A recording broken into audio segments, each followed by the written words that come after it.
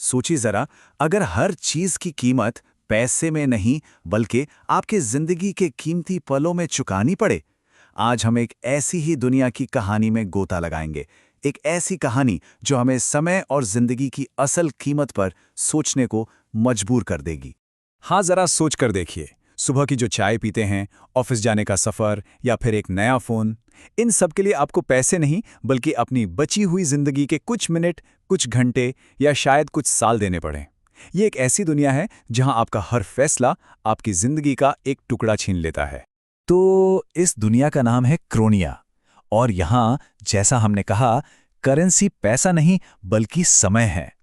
हर इंसान की कलाई पर एक घड़ी बंधी है जो उसकी बची हुई जिंदगी की उल्टी गिनती करती रहती है। और जैसे ही वो घड़ी जीरो पर पहुंचती है, बस जिंदगी का खेल खत्म। अब जरा इस दुनिया में जीने की कीमत पर नजर डालिए। एक ब्रेड खरीदने के लिए 10 मिनट देने पड़ते हैं। बस में सफर करना है तो आधा घंटा गया। और सोचिए जरा, एक छोटा सा घर या कोई जरूरी ऑपरेशन, उसके लिए तो जिंदगी के 10 से 15 साल तक कुर्बान करने पड़ते हैं। मतलब यहां आपका हर चुनाव, हर छोटी बड़ी जरूरत आपकी जिंदगी को लगातार छोटा करती जाती है। और इसी दुनिया में जन्म होता है हमारी कहानी के हीरो आरफ का। उसकी घड़ी पर 83 साल और 4 महीने का वक्त था। अब क्रोनिया के हिसाब से देखा जाए तो वो बहुत ही अमीर था। उसके पिता ने कहा भी था, बेटा तो अमीर पैदा हुआ है, क्योंकि भाई यहां असली दौलत तो वक्त ही थी।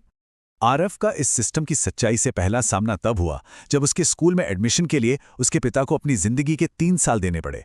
जब आरव ने हैरान होकर पूछा कि ऐसा क्यों, तो उसके पिता ने बस इतना समझाया, क्योंकि तुम सीख रहे हो और सीखना महंगा होता है।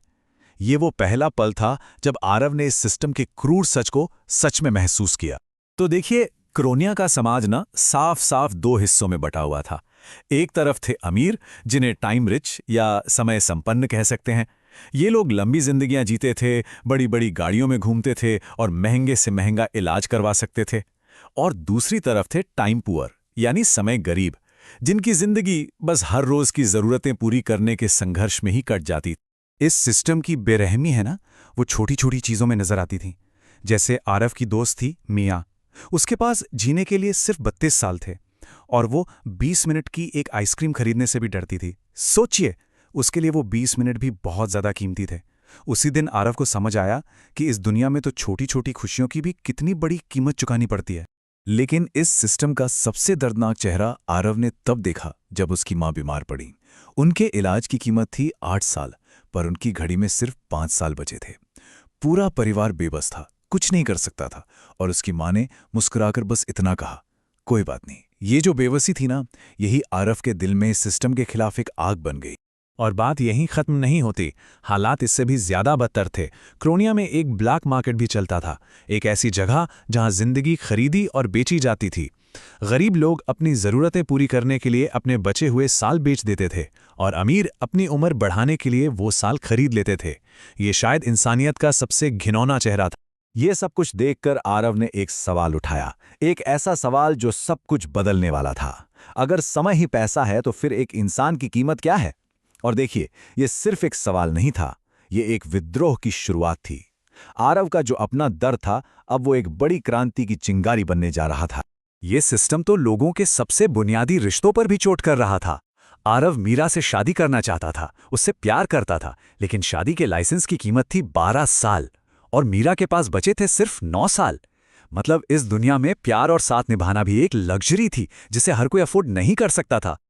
और बस यहीं पर आरव ने पहली बार सिस्टम को सीधी टक्कर दी। उसने अपनी जिंदगी के 15 साल मीरा को दे दिए। उसने फैसला कर लिया था कि जिंदगी से ज्यादा कीमती प्यार है।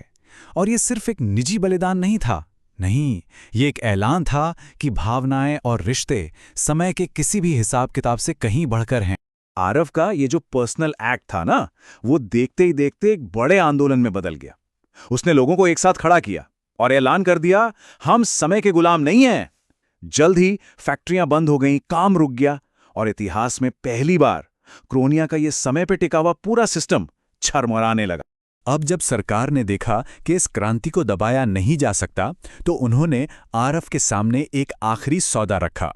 उन्होंने कहा कि वो इस पूरे सिस्टम को खत्म कर देंगे, लेकिन इसकी एक कीमत होगी, और वो कीमत थी आरव की बची हुई सारी जिंदगी। आरव ने एक पल के लिए भी नहीं सोचा। उसने वो सौदा मान लिया। स्टेज पे खड़े खड़े लाखों लोगों की आंखों के सामने उसकी घड़ी की गिनती 0 पर पहुंच गई और वो गिर गया। उसने अपनी एक जिंदगी देकर बाकी सभी को समय की गुलामी से हमेशा के लिए आजाद कर दिया। और जैसे ही आरव गिरा, कुछ ऐसा हुआ जिसकी किसी ने कल्पना भी नहीं की थी। हर किसी की कलाई से वो टाइम बताने वाली घड़ी गायब हो गई।